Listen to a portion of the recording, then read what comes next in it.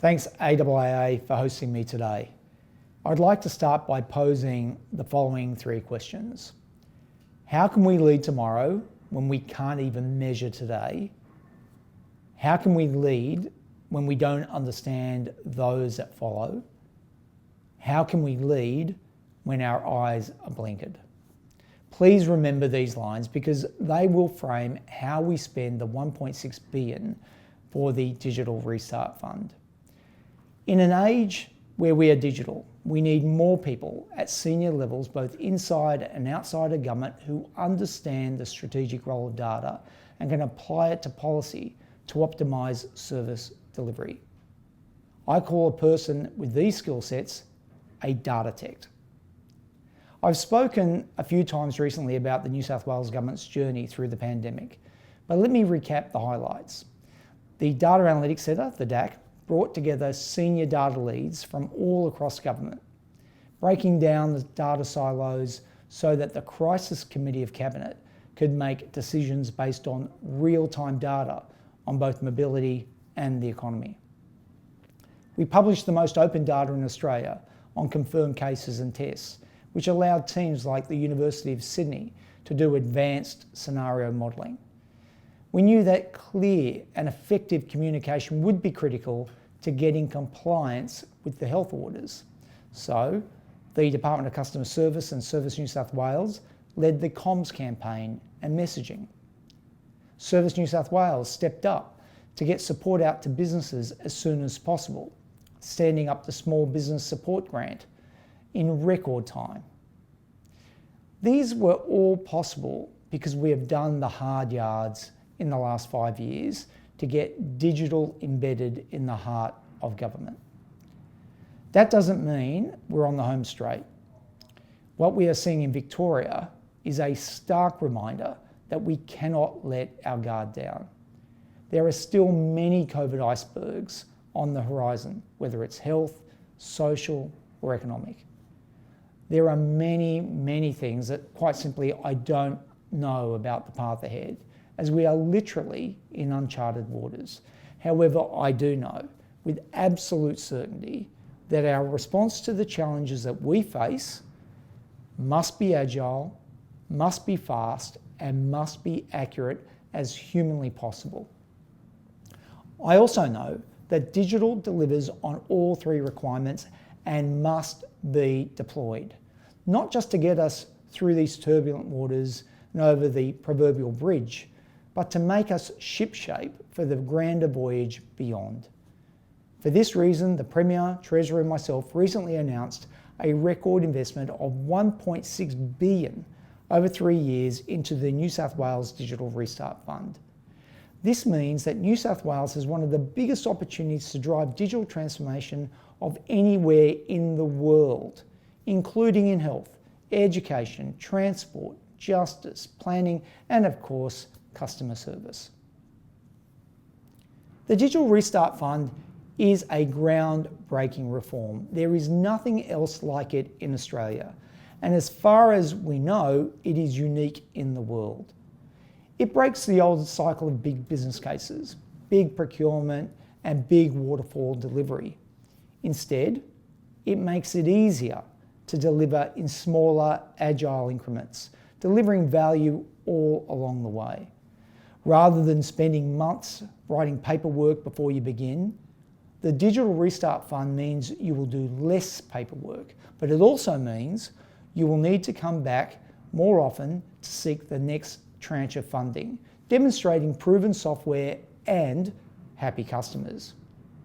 It incentivises government agencies to get working products to customers in weeks and months, not years and years. 4 kinds of projects are eligible for the Digital Restart Fund. 1, whole of government life journeys. 2, legacy transformation. 3, state digital assets like common platforms. 4, digital capability initiatives. The Digital Restart Fund is being established as a statutory fund. This means that the funding is truly whole of government, and funding for projects can be shared between multiple agencies. The legislation has now passed both houses in the New South Wales Parliament, and will be finalised very soon. We established the Digital Restart Fund last year with $100 million over 2 years. In its first year, we have seen some great investments into transforming the customer experience, including a pilot of the digital Opal card, the Australian Death Notification Service, and e-invoicing.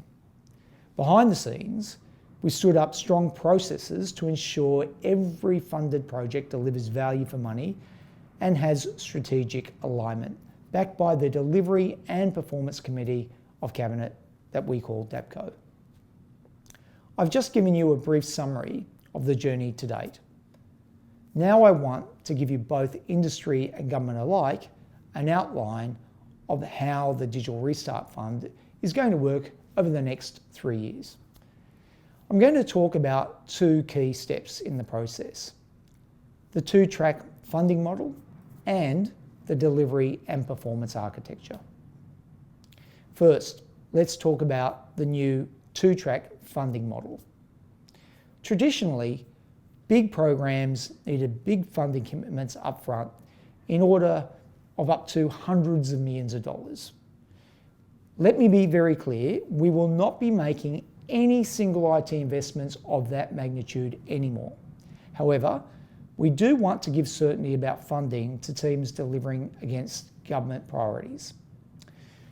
That's why agencies can seek approval to reserve a multi-year envelope of funding to solve specific problems. For example, using technology to improve the outcomes of students in regional schools.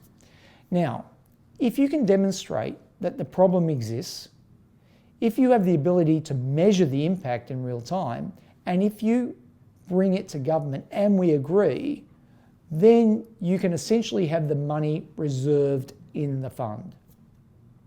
But to access that money, you need to bring lean business cases to DAPCO for specific initiatives that deliver real, measurable impact against those outcomes. We're talking no more than 20 million here in one hit, and most likely to be much, much smaller. Approval will be based on your track record. If you haven't delivered to customers in your earlier initiatives, then don't expect to get any more. Second, let me talk about the new standard we're introducing called the Delivery and Performance Architecture, or DAPA for short. Every project, and I mean every project, that seeks funding from the Digital Restart Fund must demonstrate to DAPCO that their project has the DAPA baked in. In the same way that every submission to ERC has a business case, every project brought to DAPCO must have a DAPA. It's not a technical standard, it is a standard for customer and data-driven delivery. The DAPA proves that you know who your customers are, if your project is improving the customer experience, and whether your project is delivering on agreed outcomes. And finally, that you are taking a whole of government approach. Your DAPA must be 6 pages maximum. This is not an exercise in pushing paper. Let me show you what the DAPA looks like. At the heart of the DAPA are 4 questions that I ask. 1, what is the customer lens? 2, what is the digital design? 3, what is the data architecture? And 4, what is the procurement profile? I'm going to unpack each one in turn, but to make it a bit easier, let's go through a case study. Let's assume that New South Wales Education wants to access the Digital Restart Fund for $20 million to purchase laptops for its regional teachers. Let's start with the most important element, the people we are elected to serve. Therefore, the very first question we need to ask is, who are your customers? In my education example, it would be the teachers, but it would also include other beneficiaries such as students and parents. For each of your customers, then ask yourself the following: what does success look like? Let's start with the quantitative. For example, for teachers, it may be how many of them are using the laptops or certain programs enabled within the laptops. For students, it may be an improvement for their education engagement that could be measured by school attendance in the short term and academic performance in the mid to long term. For parents, it may be less complaints and more bouquets about school performance.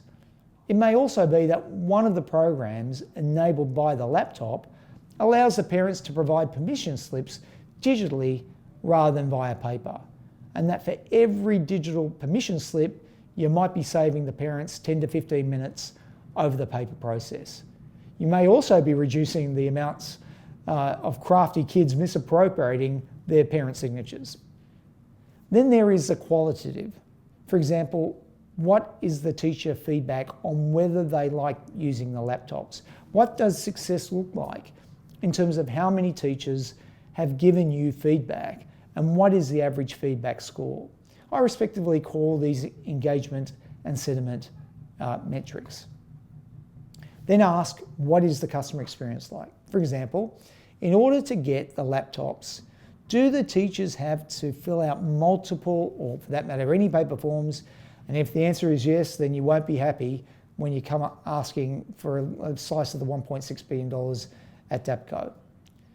Also ask, are we closing the feedback loop with the teachers who gave us the feedback in the first place? Then look at the alignment to the whole of government customer vision. How will the customer be able to access this service through Service New South Wales? How will the service integrate with the My Service account and the Tell Us Once approach? For example, in relation to teachers, can they log on to their laptop via their Service New South Wales account, or do they have to set up yet another account? Next up, the digital design. At its core, this is about demonstrating you can deliver a great service to your users. Now, I'm obsessed with real-time data. I hope you are as well. Because in relation to each of the success measures, question, are you capturing the data in a digital form? And if not, why not? Are you getting the data in real time? And if not, why not? For example, are you capturing in real time the amount of laptops being issued and used? Are you capturing in real time the feedback provided by the teacher? Are you closing the feedback loop digitally and promptly? Jerry Maguire might proclaim to show me the money. I'm asking you to show me the data in relation to each of your success metrics. Therefore, does your DAPA include building a dashboard to show your senior executives and ministers these metrics? Will the data be updated in real time, every day, or better still, every 15 minutes? How does this utilise existing New South Wales platforms and digital libraries like the New South Wales Design System or the Customers Payments platform? Onto the data architecture.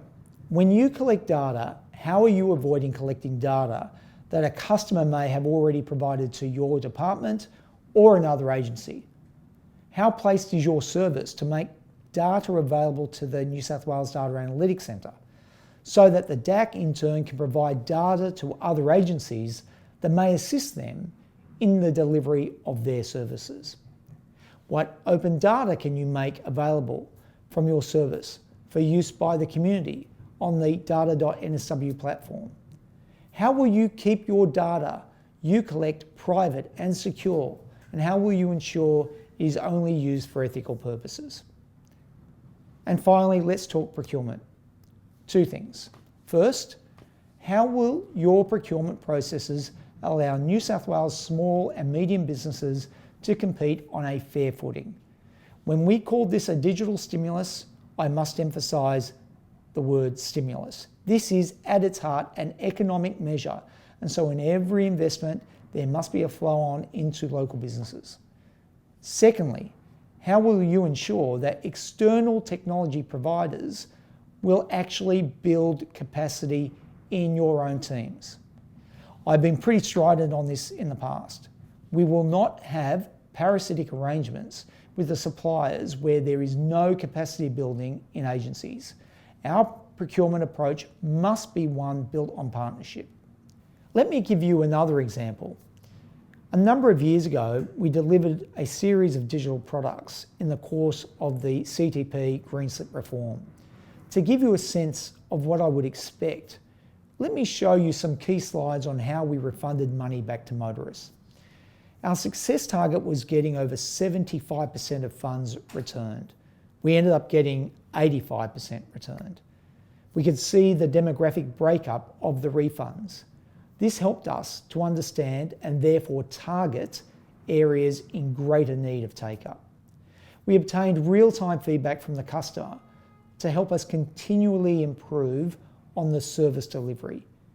We obtained a sentiment check, thumbs up, thumbs down, that we set a success target of 95%. We ended up with a 98.5% of customers giving us a thumbs up. We obtained an engagement score, that is, what percentage of customers gave us feedback, which we set a success target of 10%, and we ended up with 265,000 people giving us feedback, which amounts to 10.5%. Now, I'd like to conclude with 3 points. Firstly, these are our expectations of all digital projects, but we know that in government there is not a one-size-fits-all approach. If exceptional circumstances mean that you can't meet some of these, then you need to come back to DAPCO and plead your case. Secondly, you need to honestly ask yourselves, do you have the right digital design and delivery skills in your team, and is your team set up to deliver working software in a rapid and iterative fashion? Because if you don't, then you will struggle to design your DAPA, let alone perform against your success metrics. Thirdly, I've been a minister for almost 10 years, and I know more than most that government is a beast. It is big, it is powerful, it is virtually uncontrollable. If you try to hold on to its tail, you'll get swatted. If you try and grab a leg, you'll get kicked. If you try and put a saddle on it, you'll get bucked. And if you try and grab it by the horns, you'll get mauled. We need the proverbial nose ring to guide this beast so that it serves the people of our state. The most important nose rings for me are: 1, getting real-time information to help us better manage today and create a better path for the journey ahead. 2, giving the people of New South Wales an opportunity to provide real-time feedback on each of the services we deliver. And 3, placing the people of New South Wales ahead of the beast, not the other way around. After all, we're elected and employed to serve.